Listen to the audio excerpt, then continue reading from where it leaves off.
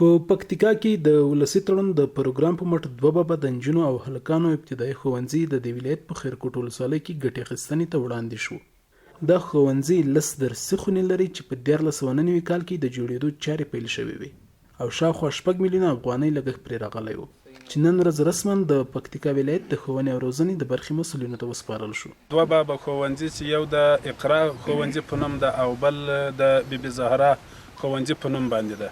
دا دواړه د نړیوال بانک په لګښت باندې نن اکمال شوي دي او کار اخیستنې ته وسپارل شول چې د دواړو لګښت تقریبا څه کم 6 میلیونه افغانۍ په دواړو ښوونځیو باندې لګښت راغلی ده. په پکتیکا کې د ولسی تړون د پروګرام له لارې 115 بابا بېلابېل ښوونځي تر کار لاندې دي چې 15 بابا ښوونځي ګټې اخیستنې ته سپارل شوي او د نورو به په نږدې راتلونکي کې د جوړېدو چارې پای ته ورسیږي.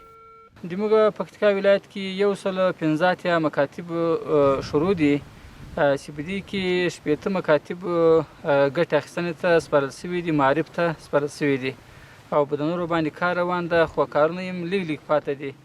ان شاء الله هغه به هم تکمیل شي، هغه به هم وسپارو. د سیمې خلک هم د دې ښوونځیو په جوړېدو خوښ دي او له دولت غواړي چې د بیارغونې په برخه کې دې ورته زیاته پاملرنه وکړي.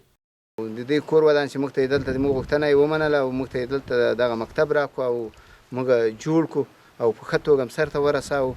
په دې وروستیو کې نړیوال بانک یا د ولسی تړون پروګرام په پکتیکا کې په بېلابېلو برخو کې د بیارغونې غټې او وړې پروژې پیل کړي چې په هیواد کې د وروستیو سیاسي بدلونونو په اساس یې اوس کارونه یو څه ټکني شوي دي.